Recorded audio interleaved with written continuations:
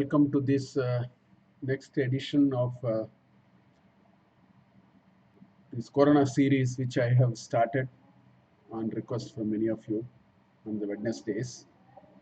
Uh, so let me start with the Shanti Mantra. Om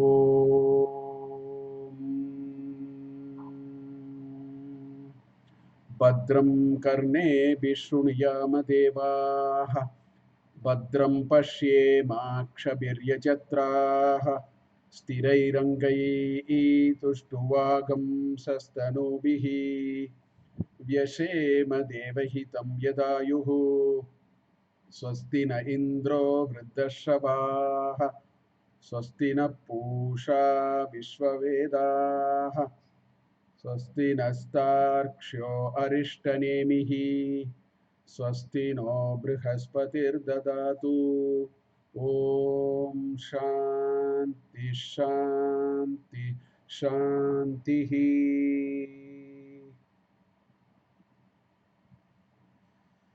Okay, so last time when we met,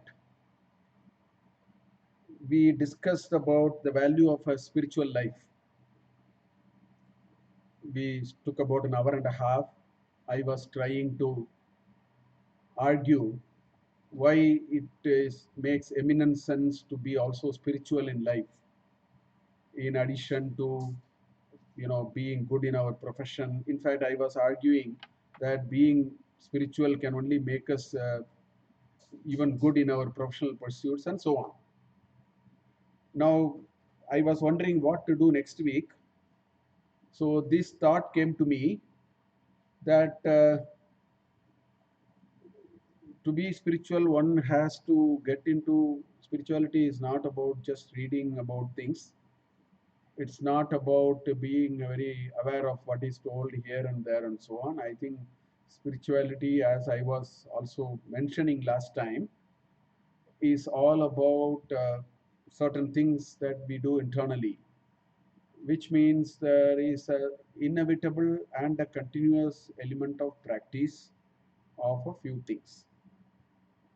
So that thought naturally led me into this beautiful piece done by Adi Shankarcharya. In fact, Shankarcharya, everything that he has done is wonderful.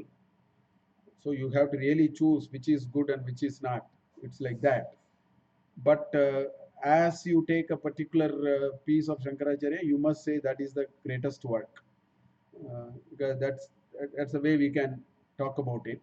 So I thought let us talk about Sadhana Panchakam, and that is why I thought we'll talk about it. I have subtitled it as 40 steps to self-evolution, because that is what we are going to actually see in this series of ideas. So let me give a little background to all these. In this country, when I say in this country, I mean Sanatana Dharma. In the Sanatana Dharma, our ancestors have actually thought about how an individual must spend their life from the time they are born until they go out of this world. We all go through a journey.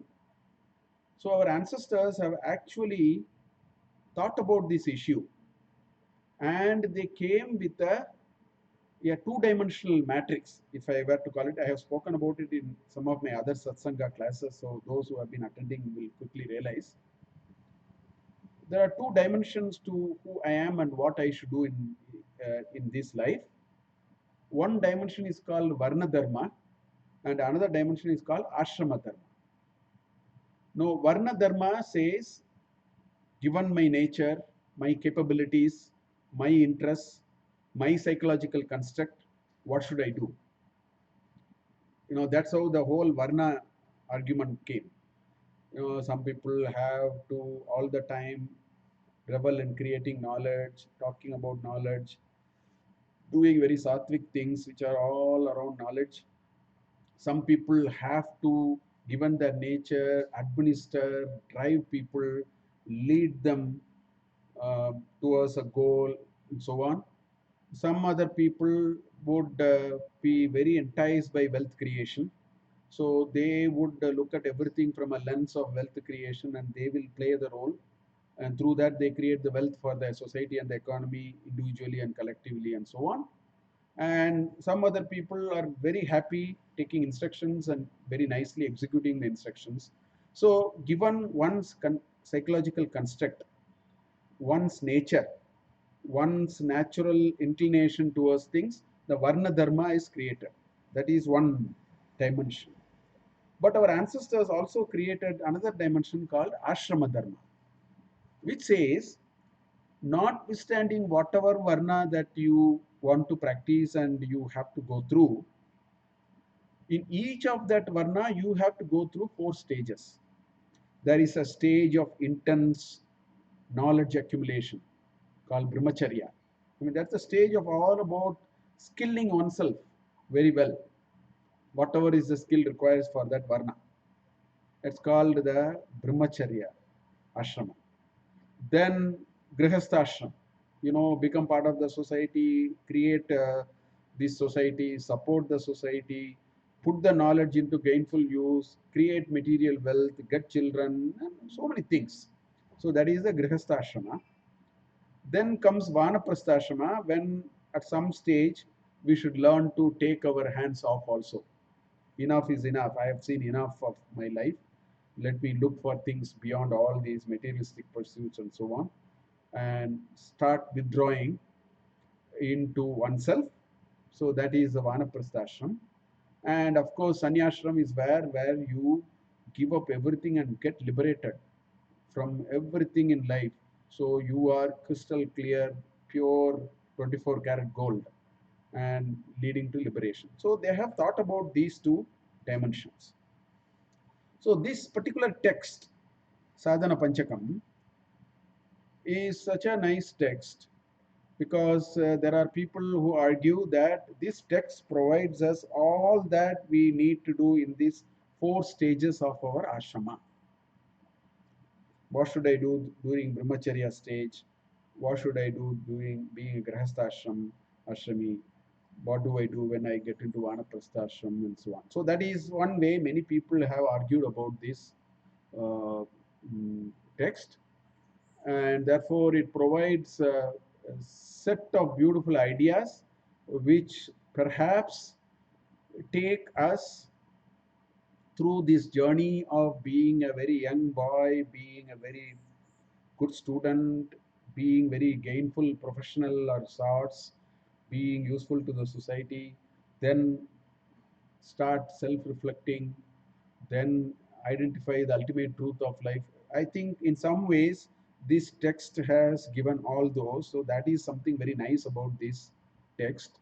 Therefore, how do I lead a spiritual life? I think this text will provide us enough mm, ideas on that also. So that is how I actually took this text, and I thought as a sequel to what I spoke last Wednesday, we will look at this text.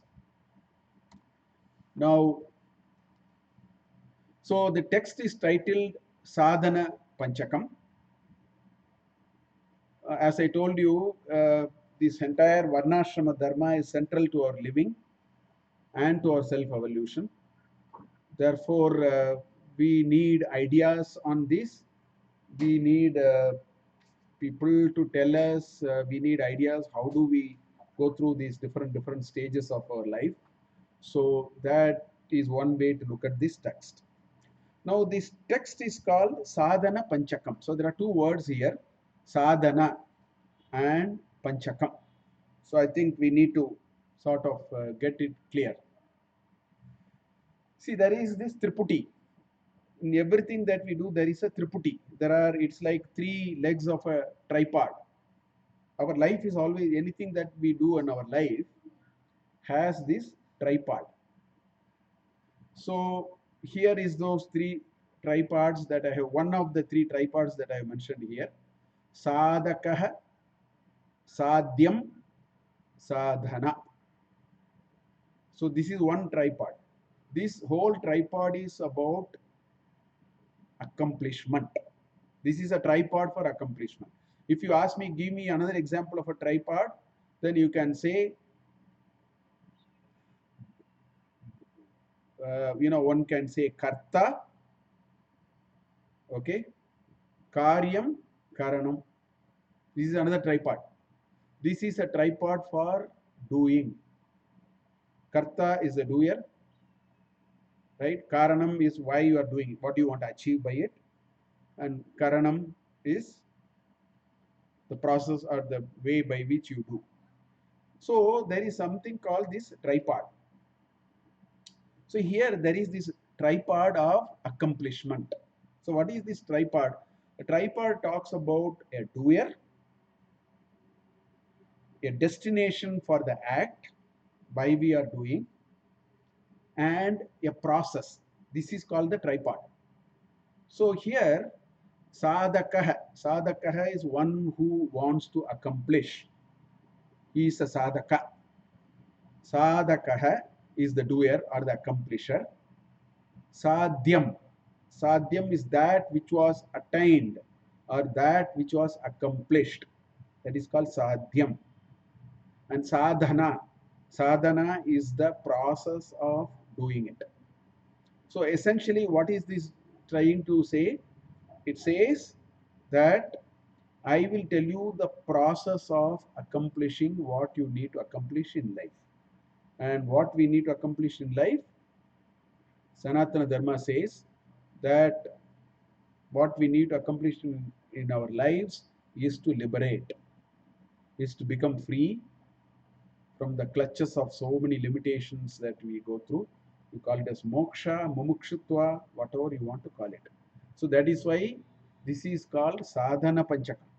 It provides steps or ideas of what we can try, what we can diligently try, so that we will accomplish what needs to be accomplished.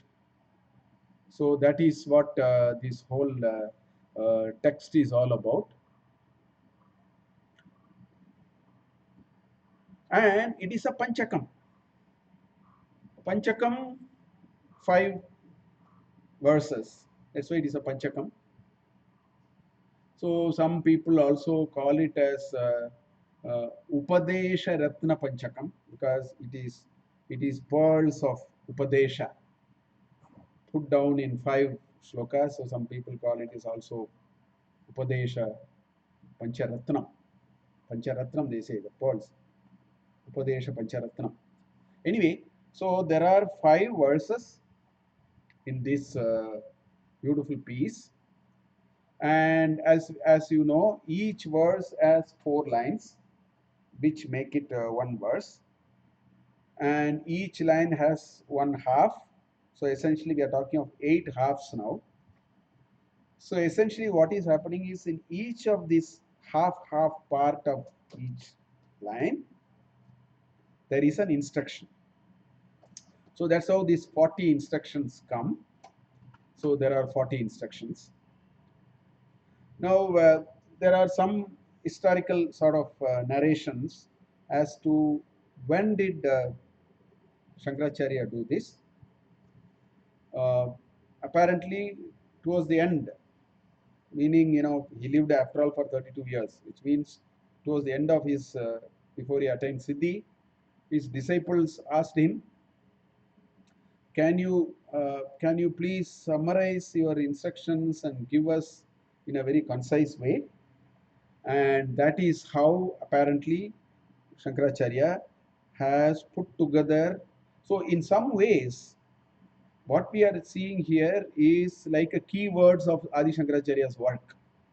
In some ways, we have to say like that. You write a paper. After you write a paper, you write an abstract. In modern parlance, when they write a paper and send it for publication in a journal or in a book or something. So they write a paper, then there is a short abstract of some 250 words. Then there are some keywords. By looking at the keywords, you understand, oh, this is the subject matter. So in the same way, Sadhana Panchakam, to me it appears, is 40 keywords to this voluminous work that Adi Shankaracharya must have done. That's why perhaps he chose to actually talk about that and put it in nice 5 shlokas. So this is the preamble to this whole Sadhana Panchakam, because there are some people who have actually analyzed it. They have said that the first 4 instructions are for brahmacharya ashrama. Instructions 5 to 8 are for grihastha one who is in the grihastha ashrama. Then 9 to 12 is for somebody who wants to go into vanaprastha ashrama. Then 13 to 24, 12 instructions are for somebody who wants to become a sannyasi. And 25 to 40 are those which talks about Jivan Mukta. Like that, people have uh, looked at it. See what happens. A great soul, somebody who is Sakshat Lord Shiva himself, and great souls come and they will say something and go. But what they have said and what they have uttered has so much potency that people have enough possibilities of interpreting it, putting it in a way which makes sense to a variety of people. See, that's what is happening with Adi Shankara's Bhashyas and Adi Shankara's Granthas and his Prakarana Granthas, his Stotras. People are able to endlessly see it with a certain lens, and from that lens they are able to see. So people have done different sort of thinking about it, and therefore so people have said this is how it is addressing. So what we will do is we will simply go through these with the best of whatever knowledge we have. We will understand it in our whatever little way we can, because these shlokas are so good that it is useful for anyone to pick whatever message they want from these shlokas. Okay. So with this sort of a preamble to Sadhana Panchakam, let's step into the first of the 5 shlokas. Hopefully, with the available time today, we will understand the first stotra. Let me recite it. वेदो नित्यमदीयतां तदुदितं कर्मस्वनुष्ठीयतां तेनेशैस्य विधीयताम् अपचितिः काम्ये मतिस्त्यज्यतां पापौघः परिधूयतां भवसुखे दोषोऽनुसन्धीयताम् आत्मेच्छा व्यवसीयतां निजगृहात् turnam vinirgamyatam. So this is the first of the Panchaka. Let me do a little bit of Padacheda here. In fact, uh, um, each one is an instruction. The Apachiti must gone to the third line anyway. So Vedaha Nityam Adhiyatam. That is the first instruction. Vedaha Nityam Adhiyatam. Second instruction, Tad Utitam Karma Su Anushtiyatam. Swanushtiyatam. Su Anushtiyatam. Swanushtiyatam. Tena Ishasya Vidhiyatam Apachitihi. Apachiti must go there. I think I typed it. Tena Ishasya Vidhiyatam Apachitihi. That is the third instruction. Kamye Matistyajyatam. That is the fourth. Papaugaha Paridhuyatam. Papa Ogaha Papaugaha. Bhavasuke Doshaha Anusandhiyatam. Doshoanusandhiyatam. That is the sixth instruction. Atmecha Vyavasiyatam. Atme Icha Vyavasiyatam. Atmecha Vyavasiyatam. That is the seventh. Bijagrihat Turnam Vinirgamyatam. So these are the 8 instructions available in the first Panchakam. So the first one is Vedaha Nityam Adhiyatam.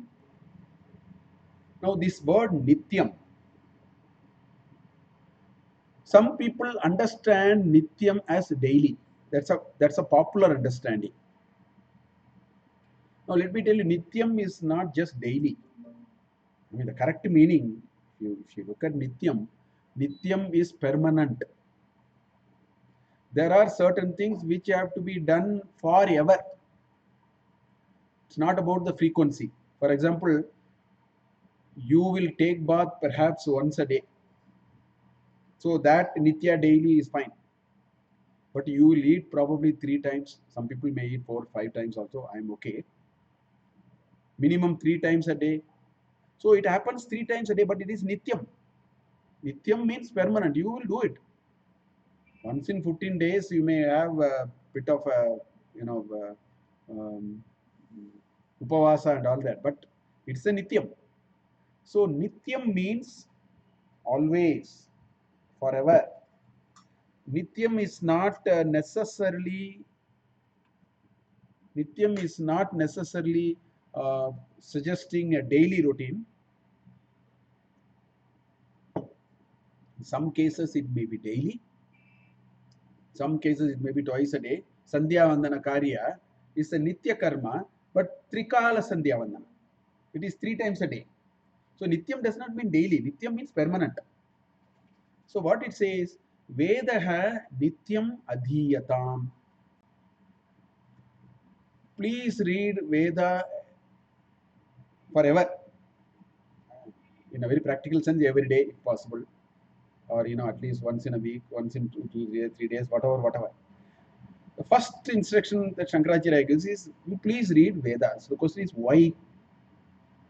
Why should we read Veda? Nityam Adhiyatam. Is it okay if I just read one day and then leave it and so on? So that is the first question that we need to answer. Please understand the position of Veda in Sanatana Dharma. In Sanatana Dharma, 1 minute, let me just.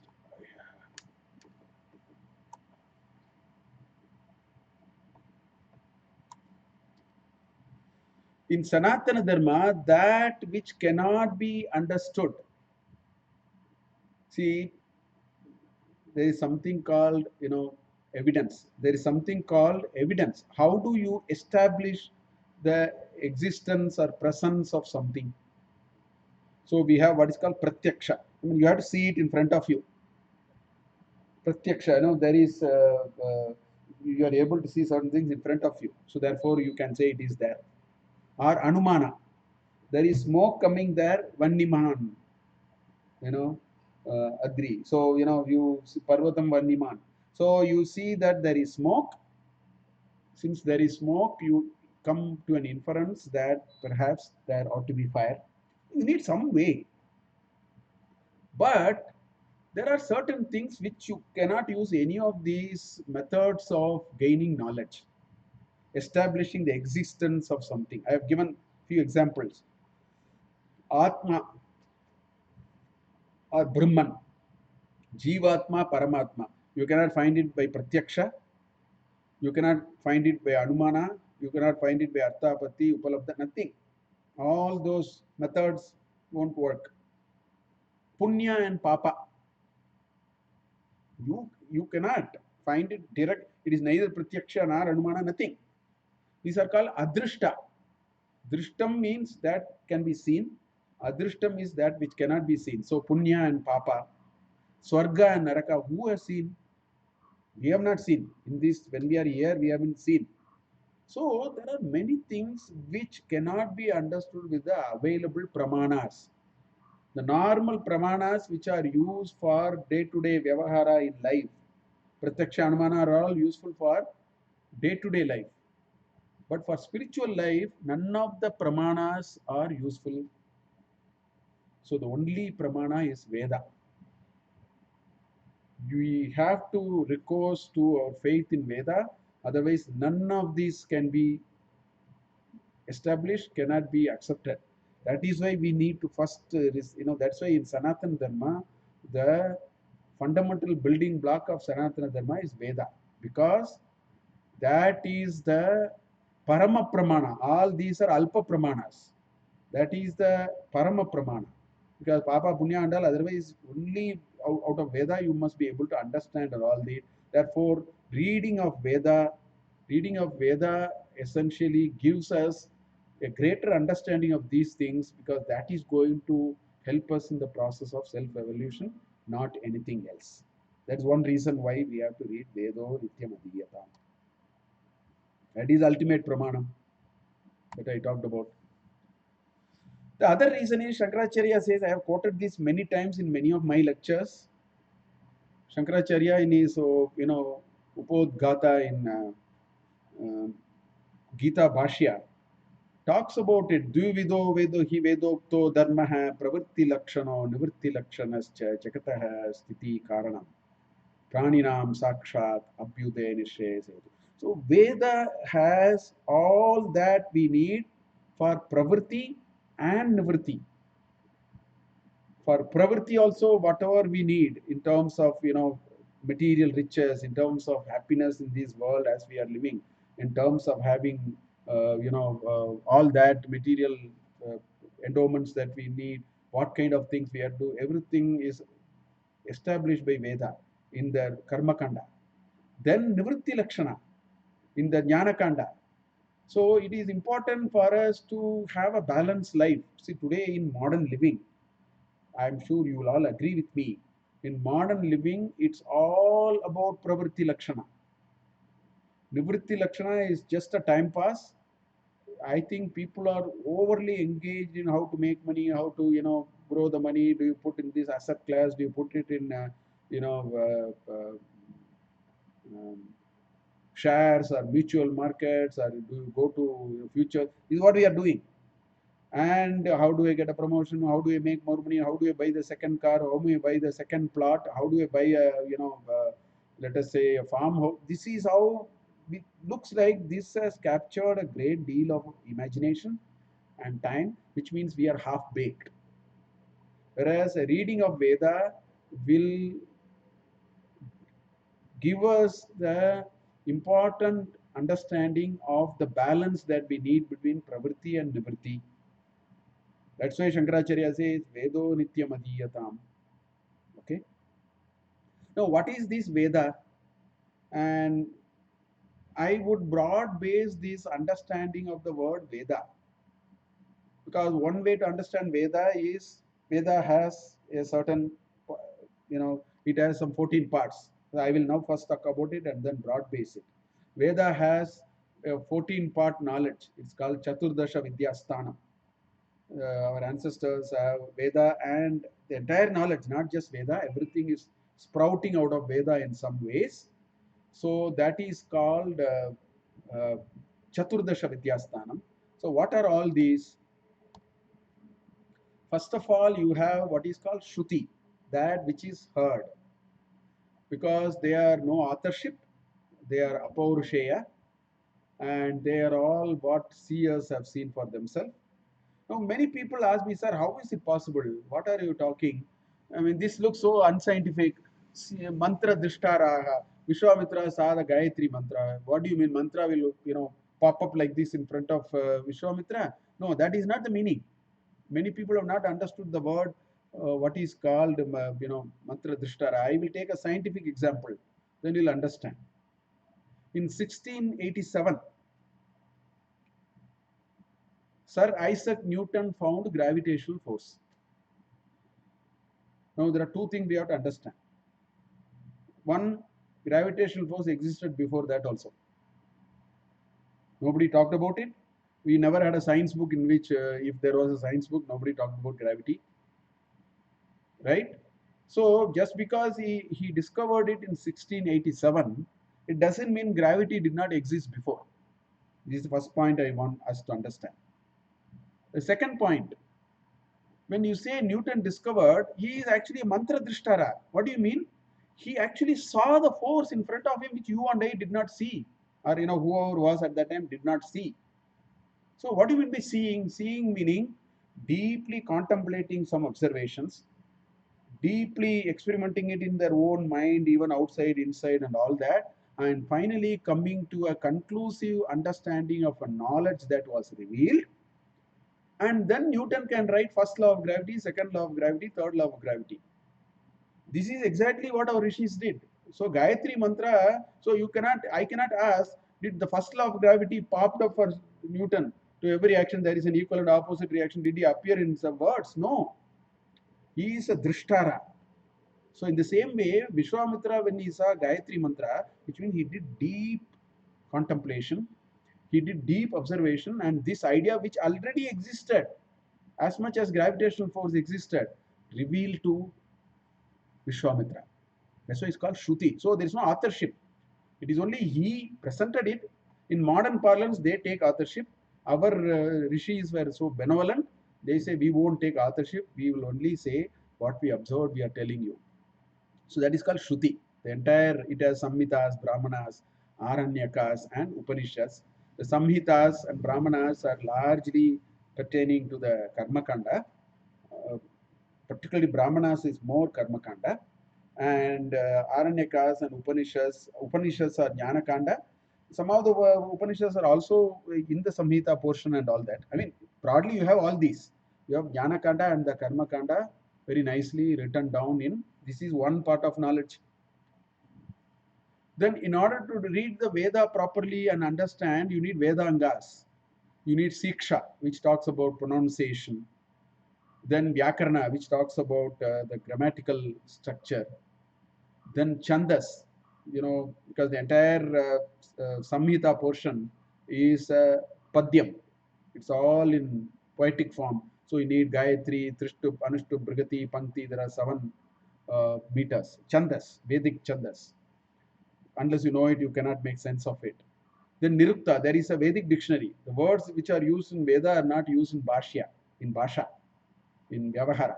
So you need a separate sort of a dictionary. It's called Nirukta. Yaska did that and so on. Then Kalpa. There is so much told about how to do sacrifices, what kind of sacrifices, how do you develop an altar, what are all the various do's and don'ts, how much you do, all that, how do you construct the altar. Everything is available in Kalpa Shastra. Then Jyotisha, an appropriate time to do things. So if we have to understand Veda, we have to read the Vedangas. In fact, I do not know how many of you are aware. Today we do, the Brahmins do what is called Upakarma, and it is called Vedaramba Homa. What many people don't understand is in our earlier times, these two portions were first divided. From Makara Sankranti to Kataka Sankranti, which means from mid-January to mid-July, they are supposed to read Vedangas. Because without Vedanga, you cannot make sense of Veda, so that also to be read. It's like 2 eyes. You have to protect both the eyes. So from Makara Sankranti to Kataka Sankranti, they do what is called Vedanga. Then they complete it. From Kataka Sankranti, which is when they again start reading Veda, that is called Vedaramba. Today we have given up all of that. In a very ritualistic sense, we do what is called, Upakarma and do a Vedaramba. Vedaramba has to be done because it has to be terminated in Makara Sankranti. Take up Vedanga, read it from Makara Sankranti to Kataka Sankranti. All those are there. Anyway, so these are the 2 parts. Then you have Upavedas, Ayurveda, Dhanurveda, Gandharva Veda, and Arthashastra. All these are attached to a respective Vedas. Upavedas, because they also contain a lot of information for gainful living, health, wellness, financial management, military, all that you ask for. Aesthetics, arts, and everything comes out of Gandharva Veda, Natya Shastra, Bharata, everything comes out of Gandharva Veda and so on. So this is another piece of knowledge. Then you have Smritis, Itihasas, and Puranas. These are, they take the messages in the Shruti and write it in great detail in terms of either how to apply it, what are the do's and don'ts, or through some stories how they are applied and what happened when they try to apply it and these kinds of things. Then you have what is called Purva Mimamsa, Uttara Mimamsa, Yoga, Sankhya, Nyaya, Vaisheshika. It's in the reverse order: Nyaya, Vaisheshika, Sankhya Yoga, Purva Mimamsa, Uttara Mimamsa. So this whole body of knowledge is what is being in a way implied when you say Vedo Nityamadiyata. In other words, we need to be first informed of what is to be done, how it has to be done, what is our goals of life, what are the purusharthas, what should we achieve in life, and where do you go, how do you do something. So those are all part of this story. So that is why he says Vedo Nityam Adiyata. Now I will broad base this. I will not just confine this to it. The word Veda comes from the Sanskrit root Vid, darshane, to know, with to know. So it can be in Varna, it can be in Tamil language, it can be in Kannada language, because every one of these texts created around those time have all said only this. So we need not necessarily confine to this. What Shankaracharya is essentially saying is get the operational manual of life with you properly.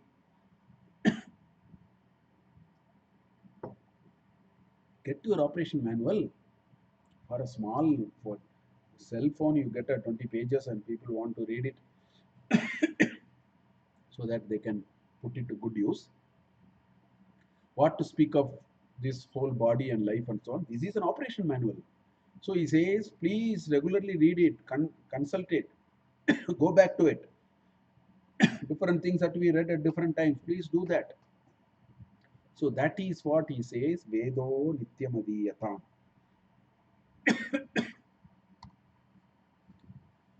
Then comes the second uh, instruction. Tat uditam karma swanushtiyata. There is no point in just reading for the sake of reading it. That there is no charm in that. So it is not about reading for the sake of reading. It is to say, I mean, you can't just read an operation manual for time pass. Better use it. Otherwise, the gadget that you use will malfunction. The gadget may get destroyed. The gadget may not give the desired result. So many things are possible. So in the same way, read this repository of knowledge our ancestors have given. Constantly read it, and tat uditam, as it asks you to do things, karma swanishtiyatam. So anushtiyatam, karma anushtana has to happen, which is not in violation with what is told in the Vedas, which is in tandem and synchronized with that. So this karma is a huge thing. So this whole thing of karma, which we actually end up with, comes out of this. Therefore, we have to be very, very careful about it. We have to be very, very sensitive to what can happen and so on. And that is why Krishna says in Bhagavad Gita, Kim karma, kim akarma, iti kavayaha api atra mohitaha. Kim karma, kim akarmeti kavayopyatra mohitaha. Even great jnanis, kavis, they are also quite uh, sort of confused. This is Gahana Karmano Gati. That's what the next line. It says the way the karma and its impact on you is very deep. This is the pillar of Sanatana Dharma. One has to be very careful about the karma that we do. That is why Shankaracharya says, Tad uditam karma su anushtiyatam. It is very important that we don't jeopardize our life. We do not jeopardize the opportunity that we have got in this Manushya Janma by way of doing things which are against what our ancestors have elaborately thought about and given a set of instructions to follow. So that's why he says, Taduditam karma sonishtiyatam. Now, when you say karma, our whole, because this karma is a very big sort of idea that we need to be very clear about, because as I told you, this is the pillar of Sanatan Dharma. We have to understand this. So there are 5 types of karma.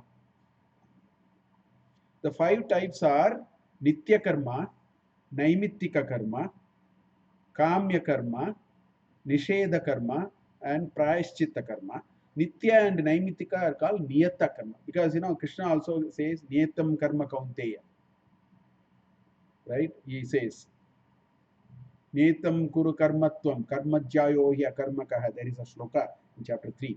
So Niyatam, these are Niyatam karma, Niyata karma, Nitya karma, Naimittika karma, Kamya karma, Nisheda karma, and Prayashchitta karma. So I think we need to understand this fairly well. As I told you, Nitya karma are not daily. I already interpreted Nitya. Nitya means that which we have to do permanently. For example, Brahma Yajna has to be done as long as you live. Vaishudeva has to be done. Agnihotram, Pratar Agnihotram, Sayam Agnihotram, Trikala Sandhya Vandanam, and then Shraddha Karyam for the ancestors once in a year. Then once in 6 months, in fact, at that time you had Chaturmasya, you had Dashapurna, so many yajnas were there. Point is, there are karmas, and these are all, by the way, Niyata karma. I'll come to the Niyata karma later. There are karmas which are permanent. As long as we live, eating is a Nitya karma. Aham Vaishwana, also, it is an ahuti for Vaishwanara. So therefore, there are so many karma which we have to do, which are ordained. That's why niyatam, ordained. One of them is nitya karma. The second, ordained karma, which means you have to do. You cannot escape from this. You have to do. That is called naimittika karma.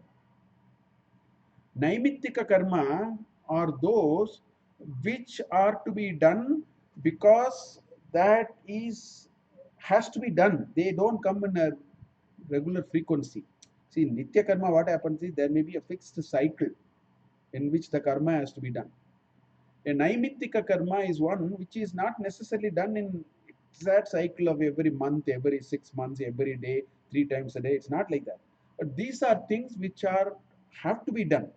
The most popular example is you start, let's say you start from what is called Shodasa, you know, um, samskaraha. You start Garbha Adana, Pumsuvana, Simanda, Punayana, and you go up to Antyeshti. You have a child, you have to get them married. That's a Naimittika karma. You have a child, you have to get, married.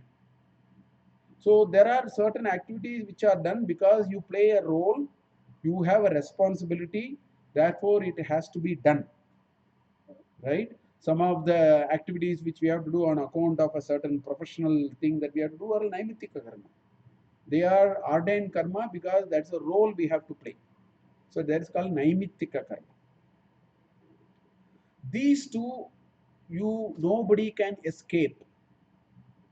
They are ordained by the scriptures. Compulsorily you have to do. That's why Sandhya Vandana is a niyatam karma. We have to do, right? Shraddham is for the ancestors is a niyatam karma. Because our Shruti said all these you have to do. You have no choice. You have to do because you are part of the society. You have to you have partaken something in the society. You have to give back. You have to maintain yourself. All that issues are there. So these are niyatam karma. Then comes kamya karma. Kamya karma is purely optional. It is done with a specific desire of achieving something. In fact, the Veda is not prohibiting us from doing any of those. Don't get this impression that our ancestors said you cannot have desires in life, you nothing of that kind. In fact, Dasharatha did what is called Putra Kamya Ishti, no? So there are a lot of Kamya Ishtis. There are a lot of karma done with a specific prayer for a certain desire to get. In fact, the Kathopanishad, if you read, it all started because the father did a Kamya karma. So the point in Kamya karma is if you desire something, then you have to do exactly how it is specified with utmost Shraddha and not violating anything. Otherwise, it will not give the benefit, it can give counter benefits. It can give reverse. So it is actually, a double-edged sword. You want to do Kamya Karma, do, but you cannot deviate. In fact, if you read Putra Kameshti Sarga, you read Sarga 14 to 18 in Balakanda, you will find Valmiki says how Dasharatha was very, very careful because it's a Kamya Karma. You cannot violate what is told as per Kalpoktam. We have to do and so on. So that is called Kamya Karma, optional. We don't have, we can do Naishkamya Karma. Kamya Karma, Karaniyam iti, there is no need. Then there are, you should not do. There are some acts which are prohibited, taboo, stealing, violence, parastri gamanam, so many things are there. All these are nishedha karma. Clearly we cannot do, but that's also part of karma. Some people end up doing it. So if you do a nishedha karma unwittingly, even knowingly or unknowingly, you are not condemned forever. The Veda says that you can have prayashchita. Prayashchita is first in the mind, then in the karma. So, like this, there are different types of karmas are there. So, these are all ordained in the scriptures. They are all in the Veda. So, taduditam karma sonishtiyatam. Because this karma, as we know, is the fundamental building block of Sanatana Dharma. It leads to vasanas. It leads to our future birth, and that's why this is a very, very important thing. We must be as far as possible be able to do what the Vedic injunction is asking us to do. That's why Shankaracharya says tad uditam karma swa anushtiyatam. Then comes the third, tena ishasya vidhiyatam apachitihi. Tena karmana. So what do I do? Why do I do this karma? Shankaracharya says, do karma as a samarpana, Ishvara samarpana. This is a very, very important instruction Shankaracharya has given. If only if we can start traveling on this road, this is a very, very important thing. If we do karma saying, I am doing the karma, I do not know what will happen to the karma in terms of accomplishing and so on, but two other things will happen. One, our ahankara will build because you can say, I am doing the work. I am doing, my ahankara will work, become bigger and bigger. And if I attribute it to me, then my propensity to take the outcomes of the karma will become less. I will be bothered by the results of the karma. Therefore, Shankaracharya says, do as per what Veda is doing and say, Sarvam Ishwarasya Samarpanaya. Develop that Samarpana, Ishwara Samarpana Buddhi. You are going to be better by doing that. That's why Parabrahmane idam namama. He says, develop that attitude when you do work. First, he said, read your operation manual properly. Second step, he said, fine, use the operation manual and do what the operation manual is asking you to do. Now, the third step says that you don't claim. You just say, these are all yours. And if you do that, what will happen? Become free from the effects of karma. Otherwise, the karma will start. If I start saying I am doing it, then if it fails, then I take it as a personal failure on me. If it succeeds, then the ahankara goes, I did it. It's because of me I did it. So either ways, it is not going to help my evolution. it can be a villain in my way. And this starts actually accumulating vasanas. This is how the vasanas get accumulated. Therefore, it is a tool for what is called this instruction that Shankaracharya is giving is a tool for detached attachment. If somebody can understand the meaning of this instruction and diligently follow this instruction, they will realize this is a great tool for developing what is called detached attachment. We have to be part of this world. We have to do things. The thing that bothers us is the effects of the work is bothering me. Here, Shankaracharya is saying, find a way to stay away from that. That's why he says, Tena Ishasya Vidhiyatam. Apachitihi means honor, worship honorably, which means with reverence, you say, all this work I am leaving it at your lotus feet. And when you say I'm leaving it at your lotus feet, doesn't mean you do the work, I'm running away. Doesn't mean that.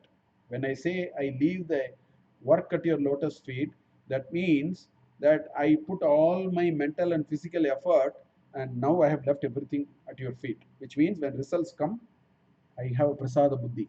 The Ishvara Samarpana buddhi alone will take us to prasada buddhi. Then we take whatever comes as the prasada of the Lord. That's the only way to destroy the ego. That's the only method for depleting our vasanas, because vasanas are those deep impressions that we imbibe into us on account of doing things and getting something out of it. Moment you try to distance from that, the vasanas will start depleting. In other words, Tena Ishasya Vidhiyatam Apachitihi means that Naishkamya karma, do karma with little of that great attachment. You have your own goals, but keep doing. Don't get too much attached with that. It will take us to that world of freedom from the clutches of the effects of work. So that is what Shankaracharya is giving in this instruction. So beautifully Krishna said in the 18th chapter, I think some 46th shloka or something, such a beautiful shloka. You know, he says, Swakarmana tam abhyarcha siddhim vindati manava. Krishna goes one step further. He says, if you can do archana of the Lord with your karma, which is exactly teneshasya vidhiyatam upachitihi. That's exactly the meaning of that. If you do that, swakarmana tam abhyarcha, siddhim vindati manava, they reach their ultimate status of their accomplishment. So Krishna also says the same thing in Bhagavad Gita, where he says that do an arpana of what you did. Develop that buddhi with which we engage in the world of work, things are going to be fine for you. Then comes the fourth instruction. Kamye matihi tyajyatam. Tyaj is to give up. So, kamye matihi tyajyatam. He says, give up your desire, your attention towards desire. Take out your attention out of desire. Our mind is all the time going after some, I want this, I want this, I want to get this, I want to get that, and so on. So he says, Matihi Tyajatam, you are thinking, you are focusing of your mind and the intellect towards kamya. In other words, get naishkamya in life. Why should we do everything with what is in it for me and so on? Can you start developing things for a larger, good? Why don't you develop that orientation? So kamye matihi tyajyatam is a very, very logical step in what he is saying. If you are able to develop an Ishvara Arpana Buddhi, then this will very naturally happen. Once we develop that, this Kamye Madhityajyatam will come as only a reminder to us as, oh, this is what I am doing, I should do it more of this and so on. That's why he puts it as the fourth instruction in his set of things. Now we have enough of understanding of this. I mean, there are plenty and plenty of these ideas have been talked in great detail. We have also seen it in many of the earlier, of our lectures. So I'm not getting too much into it. Just I thought I will share this shloka from Vairagya Shatakam, because a distracted mind is actually the villain for self-evolution. That is the single most villain. If you can get that distraction out of that, and the distraction of the mind is all kama yesha, krodha yesha, rajoguna samudbhavaha. That's what it happens. Look at this shloka. Bhogana bhukta vayameva bhuktaha. Tesha tapona taptam vayameva taptaha. Kalona yataha vayameva yataha. Trishnana jirna vayameva jirna. This is what kama will do. Bhoga, if you go after Bhoga, he says, we will not consume Bhoga. Bhoga will consume us. Bhoga na bhukta, vayameva bhukta. We were consumed by this wildfire of Bhoga. Tapona taptam, vayameva taptaha. Even if you start saying that let me tapas and so on, the tapas will consume you. That's what it is. Kalona yataha, vayameva yataha. In fact, time is not passing, we are passing. We normally say time is passing. Time is not passing. Time is that we are passing out of time. So kalo na yataha, vayameva yataha, yataha. Then trishna na jirna. This trishna is that ultimate kama. I want it, and how much ever I have it, I don't get satisfied. Unsatisfied, unquenchable desire is called trishna. That's why trishna na jirna. Vayameva jirna. We get withered out in this process. We totally accept our failure of this approach to life, where going after these things which generate desire will only wither us out. We will be withering out, not them. Trishna na jirna vayameva jirnaha, bhoga na bhukta vayameva bhuktaha. That is why kamye matihi tyajyatam. This is not a way to go, it will only eat us away. It's like walking into a wildfire, not knowing it is a wildfire. It will just consume us. Not only here, it will consume us for janmas. That's why this shloka reminds us that. And Manusmriti also, Amrita Bindu Upanishad also says the same thing. It says, Manayeva Manushyanam Karanam Bandha Mokshayo. It is the mind that is responsible. Bandhaya Vishayamsam. Vishayasam. So as you start focusing on Vishayas, the bandhanam happens. Muktehi nirvishayam smritam. That's why kamye matihi tejyatam. That's why Krishna also says in Gita, Uddaret atmana atmanam na atmanam avasadayet. Atmaiva bandhuhu hi atmaiva ripuratmana. They are the real friend and enemy. It all depends on how do you make use of it. This is another nice shloka in Srimad Bhagavatam. An old man who talks about it, there's an old Brahmin who talks about it. He says, Nayam jano me sukha dukkha hetuhu, na devatatma griha karma kalaha, manaha param karanam amananti, samsara chakram parivartayet yat. It is the mind which keeps on putting us into this samsara chakra. Punarapi mananam, punarapi jananam, punarapi maranam, and so on. And all these are because we are fixed on desire. So therefore, he says the next instruction he gives is kamye matihi tyajyatam. So that's what he says. So what does he says? As far as possible, avoid kamya karma. Develop an attitude of doing everything as a nishkamya karma. So don't get too much fixed into what is in it for me, because that only you will get consumed in the process. You are not going to come out of it. It will destroy whatever little good of your evolution that can happen. So that is why he is saying, kamye matihi tyajyata. Then goes the fifth instruction. Papaugaha paridhuyatam. It's a very interesting choice of words. Ogaha means heap. It's a heap. So Papa Ugaha, heaps and heaps of sins. That is the first part, Papa Ugaha. Paridhuyatam is also a very interesting word. It comes from the root dui. Dui means to shake off. In fact, that avadhuta also comes from this dui only. Dui means to shake off. So he says paridhuyatam. You shake off these heaps of sins from you. It's not worth. You should, because your evolution can happen only when you are able to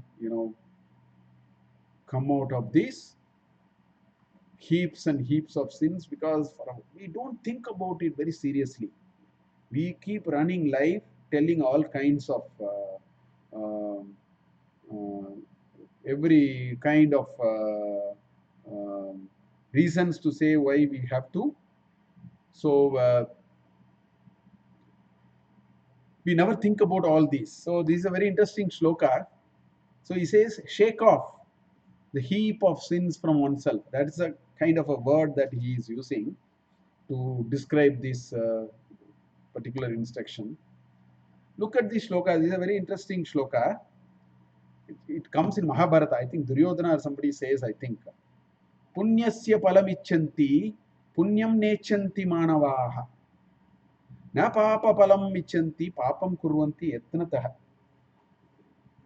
Punyasya palam ichanti. Everybody, manavaha, punyasya palam ichanti. They want punya. Punyam na ichanti. But they don't want to do punya karya. But they want the punya palam. Punyasya palam ichanti. Punyam na ichanti manavaha. Na papa palam ichanti. Papam kurvanti yatnataha. They make special effort by end up doing only papa. Point is, we have to be very, very diligent. Every moment that we do, the way we do a particular thing, deal with people, take a decision, do tell something to someone. Sada sarvatra, when we speak, sada sarvatra, this papa punya angle must remain with us. We cannot, and it is not even, he has used the word papa. I think one should go even beyond that. Even punya is papa, and punya will keep on rotating you into this samsara chakra. That is why I would actually bring a larger understanding of this instruction. Papa is just an indication here. It's a step one. In an evolution, we neither need papa and punya, because for the punya also you have to take janma to come and then consume it. If the goal is to get out of the clutches of birth and death, then we need both. Yeah, we don't need both actually. So we need to understand the central role of papa and punya that it plays. And what is the role papa plays? Punarapi jananam, punarapi maranam, punarapi janani jatare shayanam. That's what happens. The papa will get us into this because we have to expend the punya also will get us there. That's why Gita says in 9th chapter you will find this, some 20th or 21st sloka you will find this. Tetam bhuktva swargalokam Trividya Somapa Putapapaha, something like that. There is a shloka before this. It says you do all these Soma Pana and all that, Yajna and all that. You will go to Devaloka. Then he says Tetam Bhuktva Swargalokam Vishalam Kshine Punye Martilokam Vishanti. When the punya is over, you will come back here. So this Papa Punya is a vicious circle, because papa and punya are part of kamya karma. In a nishkamya karma, there is no papa or punya. This karya has to be done for the loka sangraha. Let me do it. There is no scope for papa and punya accumulating, because I am not aspiring for it. I am doing it because it has to be done for a good of the, for dharma paripalana, for loka sangraha and so on. Whereas the moment we get into papa punya, then this chakar will happen and we'll have to keep coming. That's why he says, Papa ugaha pariduyatam. So we need to take very unambiguous position. So all these last three instructions is telling what? It is saying read the operation manual, understand there are different types of karmas, understand the implication of this and therefore do it properly. It's not just read it and then keep mechanically doing. Reflect on it and take a very unambiguous position on how to engage in karma, because these karma lead to vasanas, vasanas lead to janma, and janma leads us to this chakaram that we have, you know, samsara, bhavasagara, in which we'll come and go and so on. So all these instructions Shankaracharya is giving us to only remind us that take Veda seriously, understand that you have to take a proper position in karma, otherwise you will be endlessly, be in this chakra. So, as a step one, we must start getting our Nisheda karmas. The only way to do that is to do Prayaschitta. Prayaschitta is more in the mind than the action. We have to very genuinely think about it. We have to very genuinely think about it. Then, when you do Prayaschitta, second day you will not want to do Prayaschitta. Otherwise, if you mechanically do every day, you will do a Nisheda and a Prayaschitta. That's what many of these mantras, people, in Sandhyavandan also there is a Prayaschitta, Argya and all that. You keep on doing it as a very mechanical thing. But if you understand Prayaschitta and the meaning of that and so on, and do it properly, the Nisheda Karyas will all stop. That is the step one of purification that we can do in our journey. Then he says, Bhavasuke doshanusandhiyatam. Doshaha anusandhiyatam. So he says, fine, you are able to clean up your karma, try to adjust your portfolio of karmas in such a way that you can do niyatam karma, you can do, don't do nisheda karma. If you do nisheda karma, do prayaschitta and try to understand why you are doing prayaschitta so that you will not repeat it again and so on. All these one can do. But if you do all these, we will not still have the escape velocity to get out of this samsara. So that idea has to be thought in our mind. Anusandhiyata means repeatedly think about the futility of this birth and death that we are going through, because that only will develop you to the next level of where you have to go. While what you are doing, you are cleaned up. But you may start asking, should I do this or should I do something more than this or something else? To answer that, Shankaracharya takes us to Bhavasuke Doshaha Anusandhiyatam. Again, that this samsara is full of fault, you have infinite amount of literature. When Buddha was Gautama Buddha, when as a prince, when he was taken out of the palace, when he saw a old man, he asked, "Will we become old?" Because he never understood that. He said, "Yes, you will become old." Then he saw a person very sick and almost on a dying stage. He said, "Will you get diseases?" "Of course, you will get diseases." Then he saw a dead body. "Will you die?" He said, "Of course." Uh, if Ishta Janaha, Priya Janaha, will they die? Yes, they will also die. Then he said, "This life is worthless." Buddha had so much of preparation of the mind, he was able to shake it and go. So like that, there are so many, this Sant literature, if you read a whole lot of shlokas, look at here, Bhajagovindam. Nalini dalagata jalam ati taralam. See the water on the lotus leaf, right? It doesn't stay there. You see, it will keep on rolling and then it fall off. It doesn't stay there. Nalini dalagata jalam ati taralam. Tatvat, like that, Jeevitam Atishaya Chapalam. Actually, coming to think of it, is life is very chapala. Again, another sloka he said, Ayurnashyati Pashyatam Pratidinam Yatikshayam Yauvanam Pratyayanti Gataha Punarna Divasaha Kalo Jagatbakshakaha Lakshmi Stoya Taranga Banga Chapala. It's like breaking of a wave in the ocean. That is the wealth. Vidyuchalam Jivitam. Like a lightning, when the life goes like that. Notwithstanding what are all the things you did. That's what he also says here. Jivitam Atishaya Chapalam. Vidhi, understand, Vyadi Abhimana Grastam, Vyadi, and then this Bandha and Moksha, Bandha that you pass and all that we have with our near and dear, all these are Shokahatam. Samastam Lokam Shokahastam. Tamcha Samastam. So, like this, there are so many people who have pointed this issue that this Bhava Sukha is not Sukha, it is actually Dukkha. It is a very short lived and so on.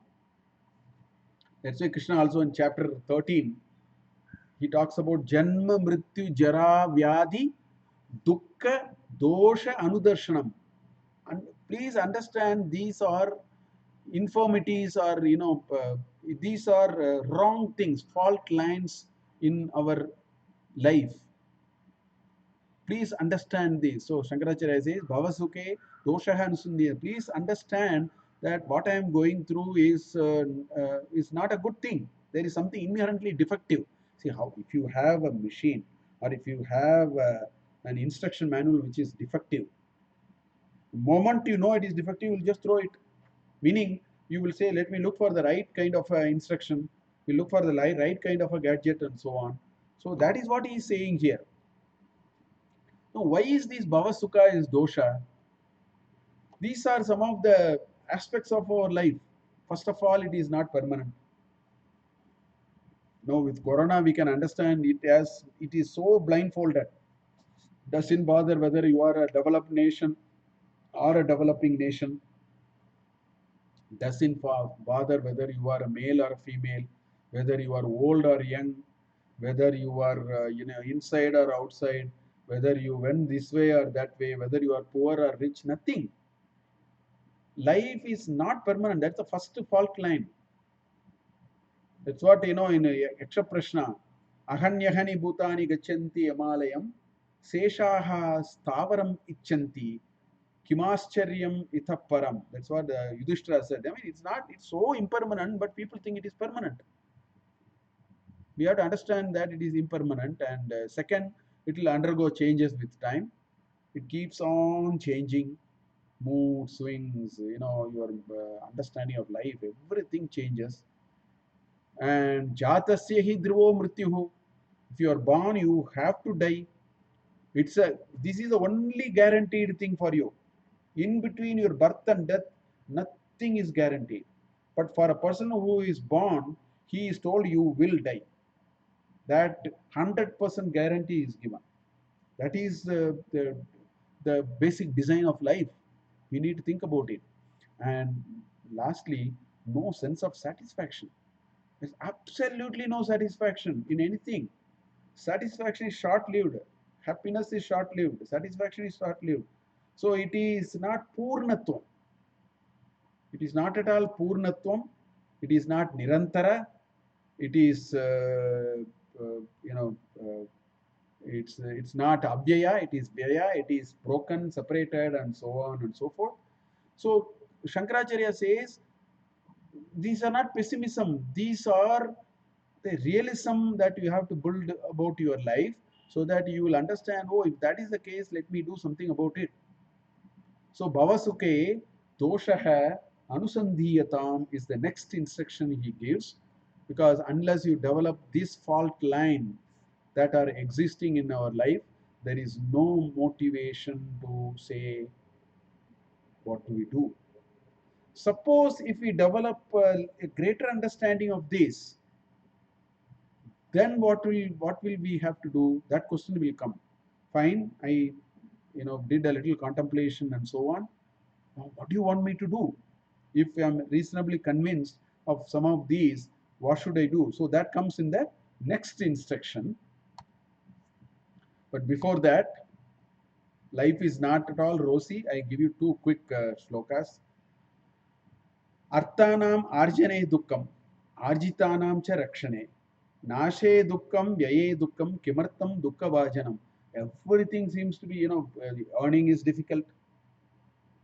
What you earned, keeping is difficult. To see it destroyed is also difficult. To spend also, for some people, spend also difficult. So everything seems to be difficult. So it's all misery in life. Or what our Bhartrihari says, Boge Rogabayam. It is either difficulty or it is fear. Boge Rogabayam. If you want to do boga, you end up with some roga. So bayam. Kule chuti bayam. When you think you are in a great family, you are all the time worried about whether somebody is speaking of dishonor, when you are dishonored and so on. Vittaha and Ripalad bayam. You earn money, then you're worried about income tax. Mane dainya bayam. If I have self-respect, you are very worried somebody going to talk ill of me. That hurts me a lot. So mane dainya balam bayam. Bale ripuhu bayam. For all the physical strength, you're always worried whether there is some fellow who is stronger than me, who will finish me off. So the enemies are the worry for a person who has some vala, whether a king or even an individual. Rupe jaraya bayam. If somebody has a beautiful looking face and a body, then their biggest worry is they're getting old. So they try everything possible to, somehow, conceal that old age and so on, wrinkles and so on. Shastre Vadi Bayam. Somebody who knows Shastra is very, very worried somebody is going to expose him. That is, he'll find something wrong with your, in some of the Shastrarthas, they will do it very well. Gune Kalabayam, right? Gune Kalabayam, if you have some good manners, then there is a fear of some that being challenged. You are good natured, some dadagiri will come, and then you are taken for, you are such a nice person, somebody takes you for a ride. That kind of a fear is there. Kaye kritantat bayam. In this body, there is a fear of Yama coming whatever time. Sarve vastu bayanvitam. Bhuvi. So that is what life is. In some ways, if you look at, it's all fear and misery. We will live with it, but then understand, these limitations, so that we will be motivated to see something else. So what is that something else? That's where Shankarcharya brings the next instruction. He says, Atma Icha Vyavasiyata. So if you give up this desire and Kame Matistyajatam, Bhavasuke Doshaha Anusundiyatam. So now your mind is recovered now from all these distractions. Then what do we do now? Now you will see what you have not been seeing all these days. You are so busy, always looking outside. Now, when you have withdrawn all that, you will start seeing, oh, here is, you know, somebody whom I haven't even seen all this time, and that is Swa Atma, one's own self. Atma Icha Vyavasiyatam. Invest. This Vyavasaya means concerted effort. So invest in a desire to know yourself. Constantly put desire, effort, and all that to find out who you are for yourself. Atme Icha Vyavasiyatam. Atma Icha Vyavasiyatam. Cultivate and constantly endeavor to seek the self. Because now the mind can be withdrawn a little bit. There are a lot of needless distractions which are taken away. Now, what do we do with that energy that you have? What do you do with that time? What do you do with that mind which is cannot be idle? So you say that's what Krishna also, I think in chapter 6 you will find in Atma Samyama Yoga words like Atma Ratihi, Atmanyeva Tushtaha, Atma Ramaha. So slowly turn inside and see what you have not been seeing all this time. That's what in Kathopanishad also it says, Kaschid Dhiraha Pratyekatma Manam Aikshat Avritta Chakshuhu Amritatvamichan.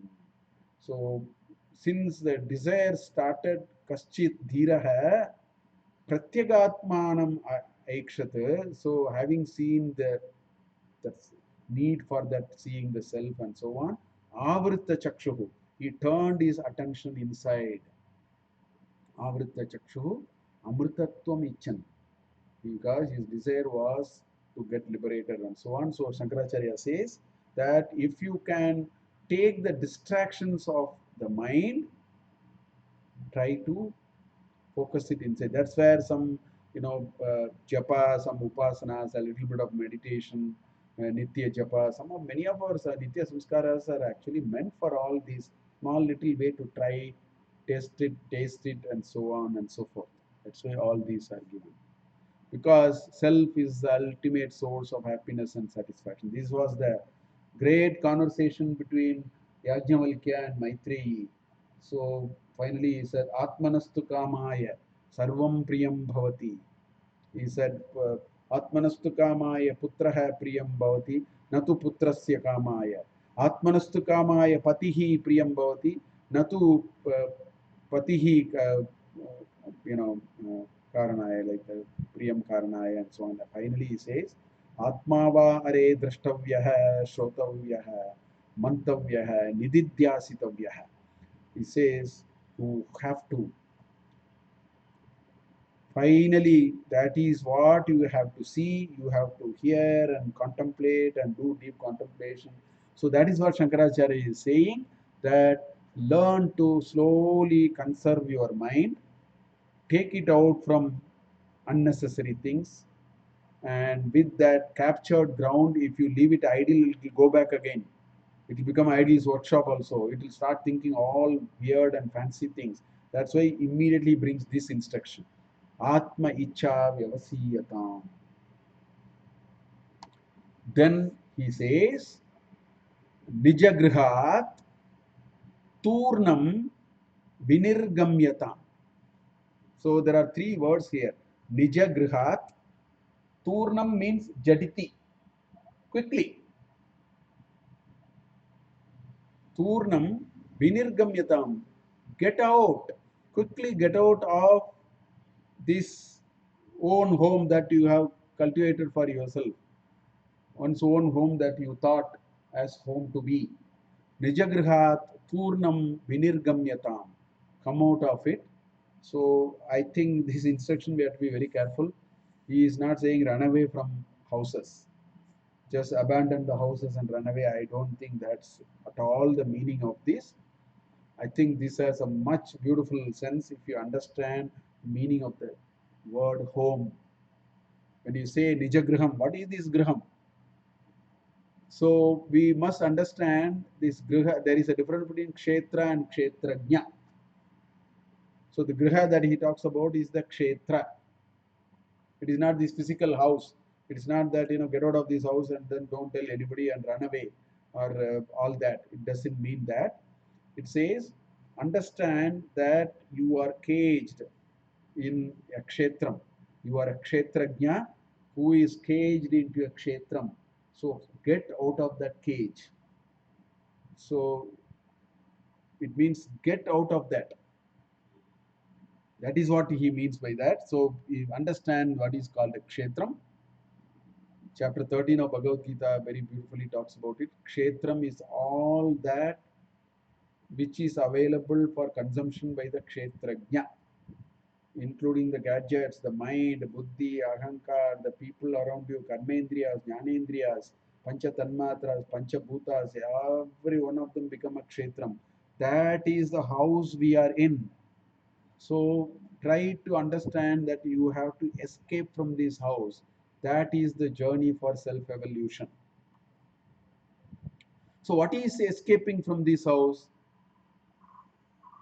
Essentially, at a very simple way, if the way I have understood, it is all about giving up deha abhimana. We have so much of this, this attachment is the strongest of the attachments that we have. That is deha abhimana. In other words, we need to examine the statement, deham naham koham soham. So deham naham is the first step. I am not the body. The body is not mine. The body is not for me. These three we have to very, very seriously, we have to contemplate. We have to think very seriously what this is actually saying. Then the question will come, koham, kahaham, who am I? That who am I question will come only when you escape from the house. If you are in the comfort of the house, with all its attendant difficulties, we will be like that. But if we if we can escape from the house, which means give up actively the Deha Abhimana. And how do you give up Deha Abhimana? It is by developing what is called detached attachment. The entire Bhagavad Gita's Karma Yoga will come very handy for this. That is the spirit of Karma Yoga. So I would end only by saying this parable of a tenant. See, we have to be like a tenant. See, if you are in a house, imagine two possibilities. You are in your own house, you are in a tenant's house. Now, why do you go this far? You can have your own car or you can hire a car, Zoom car or a Ola or something. There is a world of difference between these two. If you have your own house, then a small scratch on the wall is like a scratch and you get so involved with a new car. First scratch is actually a scratch on you. You get so upset. Whereas if it is somebody else's car, I mean, I'm not asking you to use it with a very casual attitude. I'm saying it doesn't affect us like what it affects. So we have to be like a tenant. The Dehi must occupy this Deha like a tenant. It is only a tenancy. So we will have a very detached attitude towards this house. And we'll maintain it to the extent it is very useful to us. It is conducive to our use. Beyond that, we will not overdo, and then whereas for our own house, we may do 100 things and we'll engage all our lifetime in finding out how the house looks beautiful. All these things we will do. Whereas if you are a tenant, you will keep the house clean, you will use the house in a very functional way and whatever aesthetic way that you need. Beyond that, you understand it's not mine. Na mama, na mama. So that kind of a parable of a tenant is very important for us. If we can do it, then this Nijagrihat Turnam Vinirgamyatam can become a possibility. So I think I will stop here. It's already 1 hour and 27 minutes have gone. So and also we have done the first shloka. Therefore, I think I will stop here. I will once again recite the shloka and then stop here. वेदो नित्यमदीयतां तदुदितं कर्मस्वनुष्ठीयतां तेनेशैस्य विधीयताम् अपचितिः काम्ये मतिस्त्यज्यतां पापौघः परिधूयतां भवसुखे दोषोऽनुसन्धीयताम् आत्मेच्छाव्यवसीयतां निजगृहात् Turnam Vinirgamyatam. I'll stop here. We will see the next set of shlokas. Hopefully next Wednesday. Now I have committed myself for this shlokas. I have to do a few sessions for this Corona break that we have. With this, I will say Shanti Mantra and stop here. Om Purnamada Purnamidam Purnat Purnamudachyate पूर्णस्य पूर्णमादाय पूर्णमेवावशिष्यते ॐ शान्ति शान्ति शान्तिः okay